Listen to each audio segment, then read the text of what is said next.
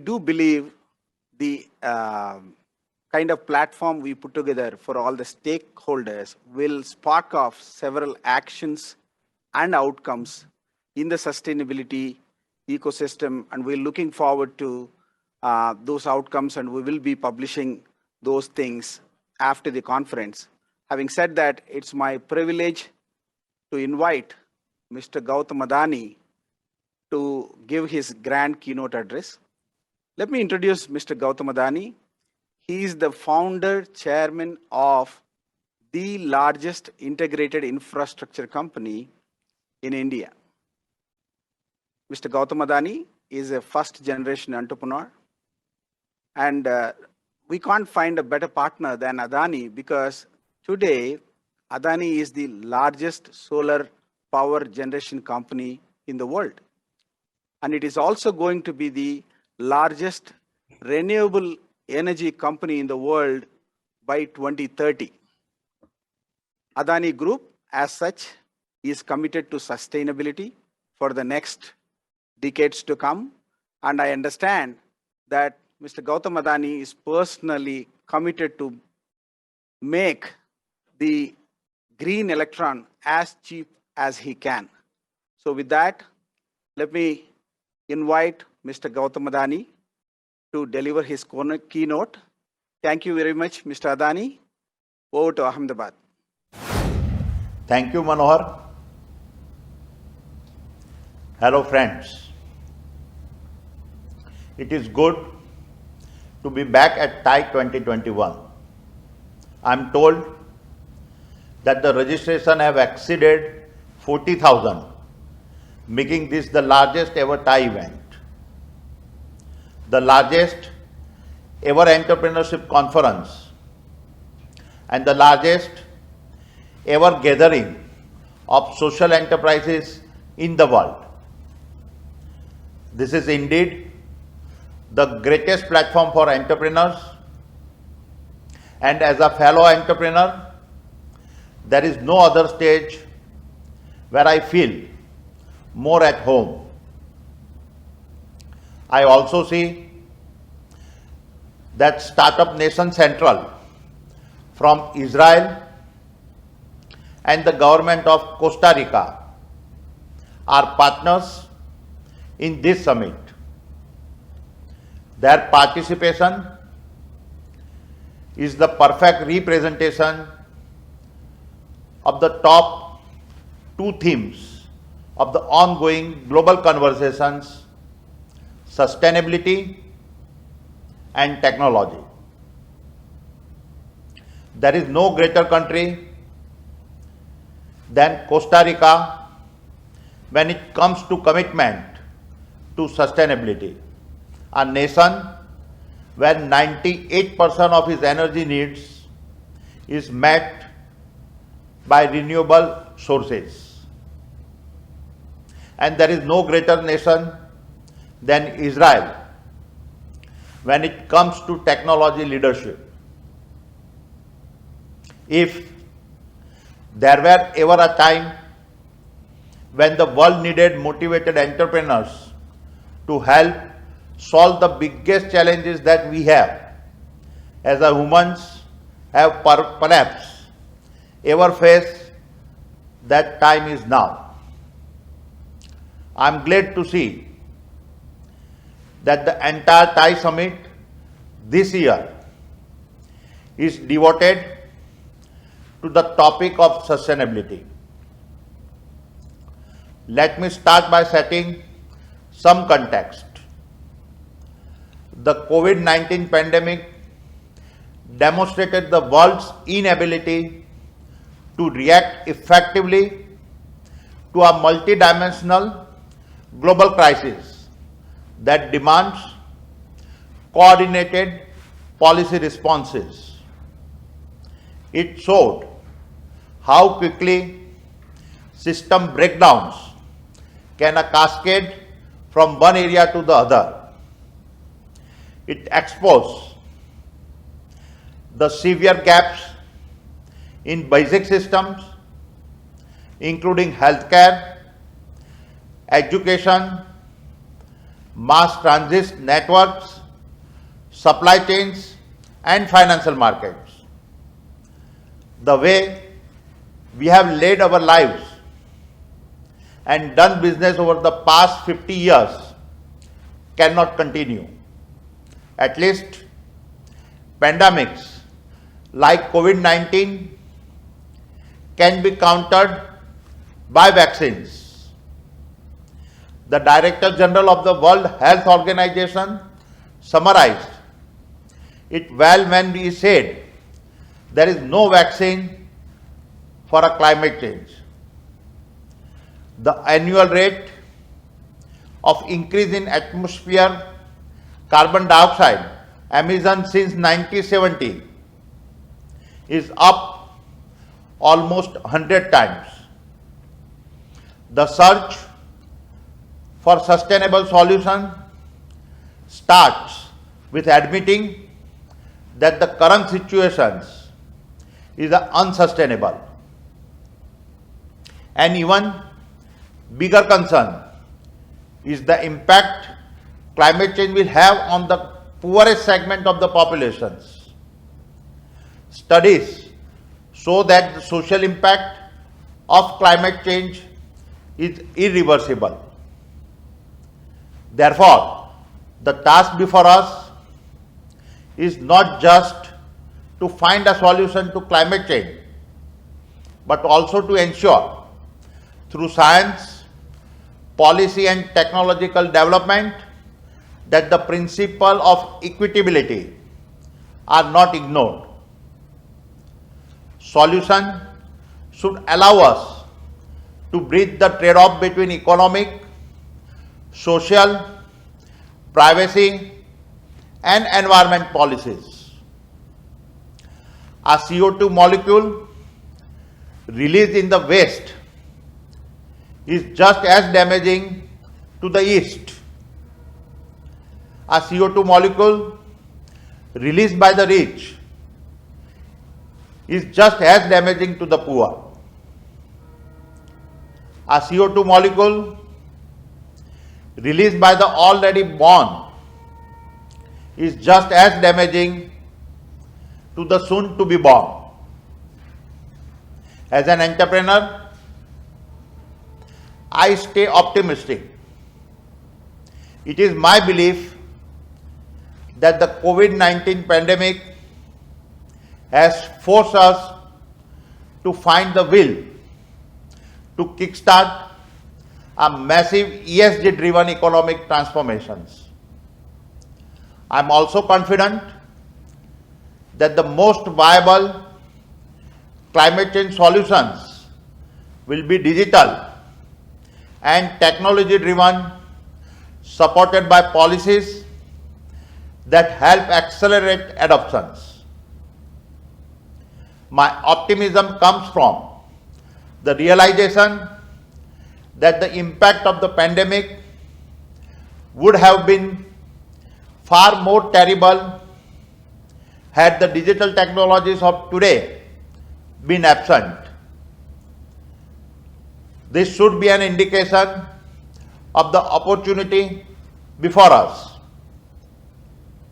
I also believe this convergence of sustainability and digitization will establish a new disruptive business models that will create the next set of unicorns.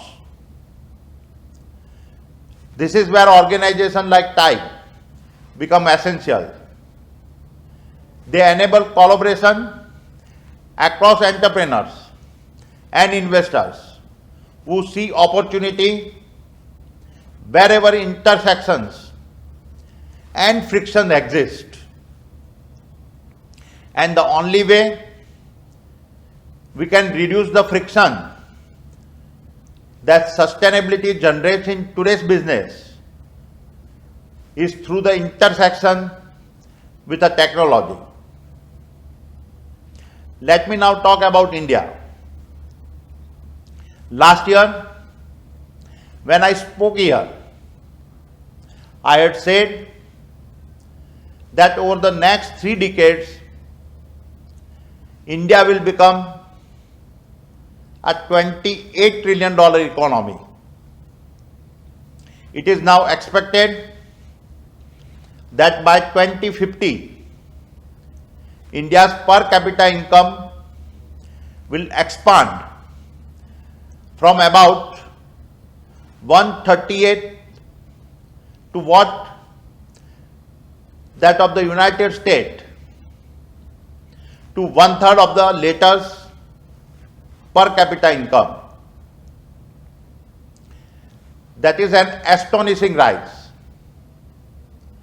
Also in 2050, the median age of the 1.6 billion Indians will still be just 38 years. The world will never ever again see a middle class as large as the one India will have, and that at such a peak consuming age.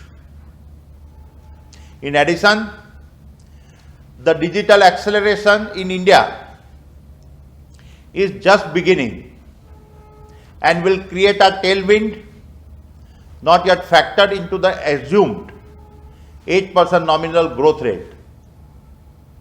I fundamentally believe the Indian economy is still to hit its inflection point of decades of double-digit growth. Therefore, I now think I may have understated my 2050 GDP projections of $28 trillion. Also, given the sheer growth in end consumption rates, I expect India to become the world's top target destination for an immense quantum of FDI over this period, making the tailwind even stronger.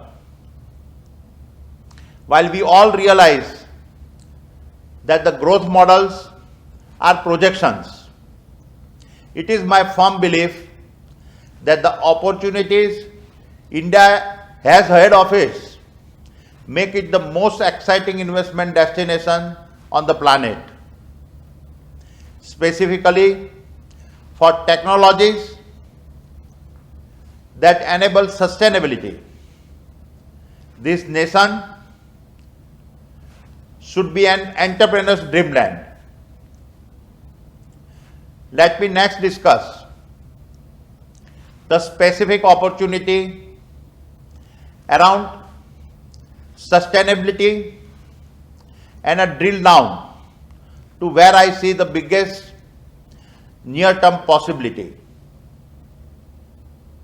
At the upcoming COP26 summit in Glasgow in November, the world's most powerful countries will lay the foundation for a series of global policy changes. I believe this will be transformational and will accelerate the economic opportunities arising out of the global effort to combat climate change. As technologies evolve rapidly, this opportunity will equate to trillions of dollars of investment. This include next generation high efficiency solar panels, low carbon materials that make the largest offshore wind turbines affordable, mainstreaming of carbon capture technologies, various fit for purpose battery technologies, algorithm driven smarter and distributed grids, electric mobility and hydrogen related technologies. Of all these technologies, today solar is the fastest growing source of power. Over the past decade, the price of solar panel has dropped by 90% and possibly over the next decade, we will see price drops of the same magnitude as panels become even more efficient and new materials come into play. The fact is that the marginal cost of solar power is moving towards zero, and this is both transformative and disruptive. However, as always, it is the combination or intersections of technologies that creates disruptive business models. The combination, which I believe is a game-changing model for sustainability, is that of solar generation and hydrogen productions. It is fascinating that a photon can travel 90 million miles in 9 minutes to hit a piece of silicon on Earth. This in turn generates an electron to split an H2O molecule, leading to the release of a proton, or what we call a hydrogen atom, and now seen as the ultimate source of a dense green energy.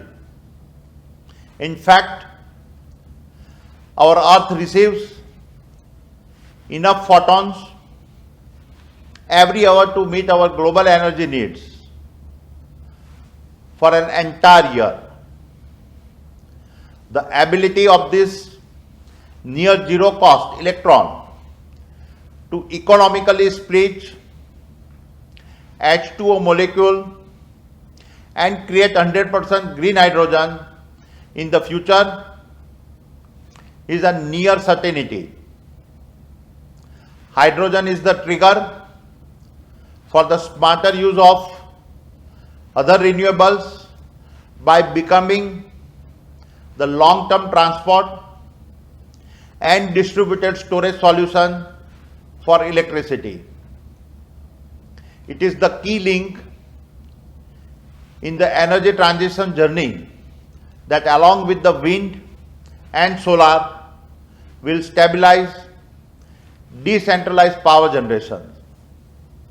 For India, decentralized power generation can be a massive game changer, especially for the rural populations.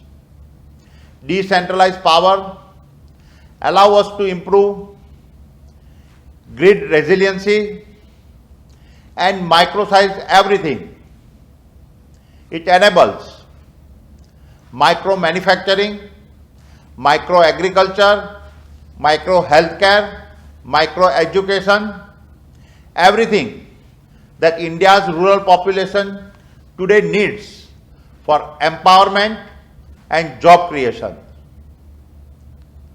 While there are many challenges still to be addressed, I am confident that we are on the cusp of a hydrogen-driven revolutions that can transform India, Green India, and energize India. This is nation building at its best. I would even go as far as to state that the revolution in alternative energy technologies throws open the possibility that someday India can become a net green energy exporter. Hydrogen and its derivatives can replace a significant amount of our imports of a crude oil, natural gas, and coal. This was impossible to even contemplate just 5 years back. Such is the power of unification of technologies that create the most disruptive business models. For an entrepreneur, this is paradise, a landscape of endless possibility. global in nature, and spread over decades. What makes all of this even more exciting is the intersection of sustainable energy with the advances in digital technologies. This technology-driven energy transition will disrupt existing industries and at the same time create new ones. Artificial intelligence is now an inevitable universal accelerator.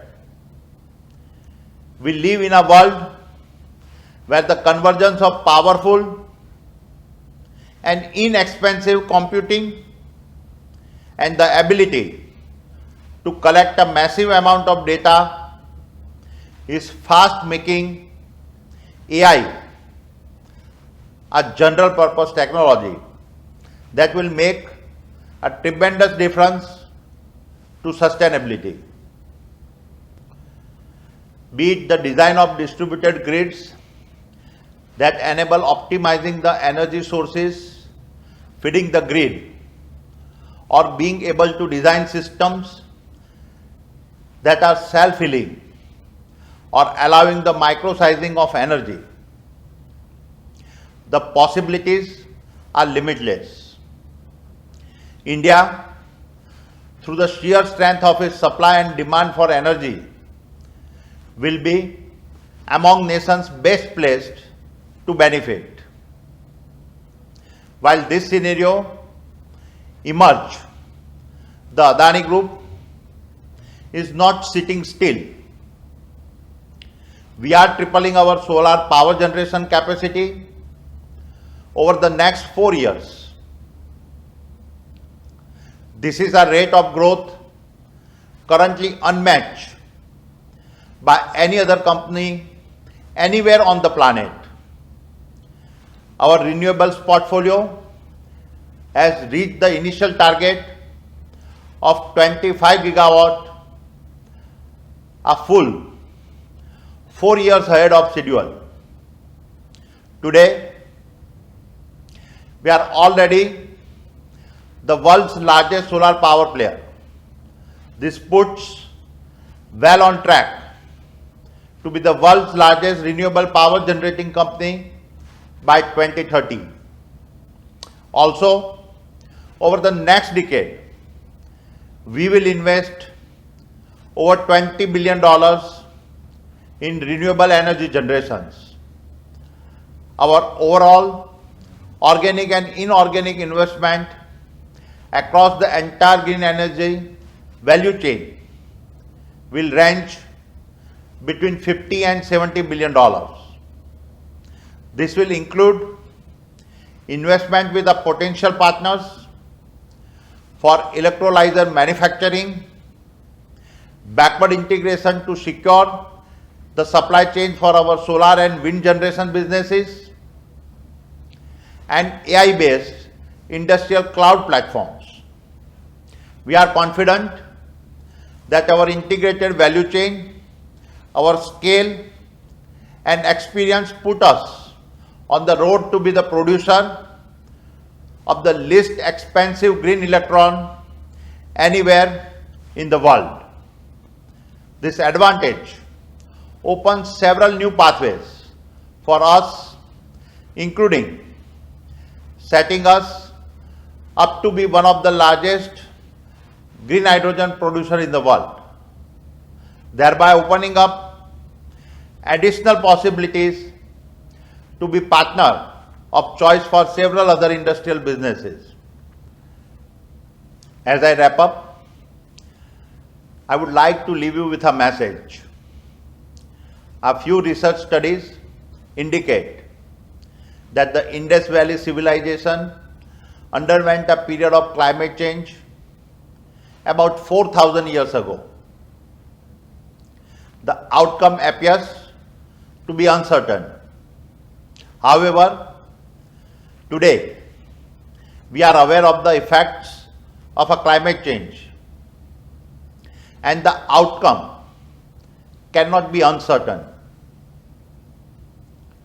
What we need is the will.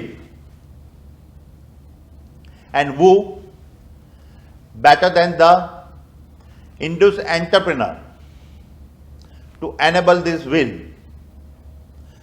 The TIE platform is unmatched in scale, and it must take the responsibility to trigger a movement which brings together an ecosystem of entrepreneurs and investors that work together to build equitable solution for a sustainable world. Congratulations once again for this tremendous event, and thank you for the opportunity to talk to all of you.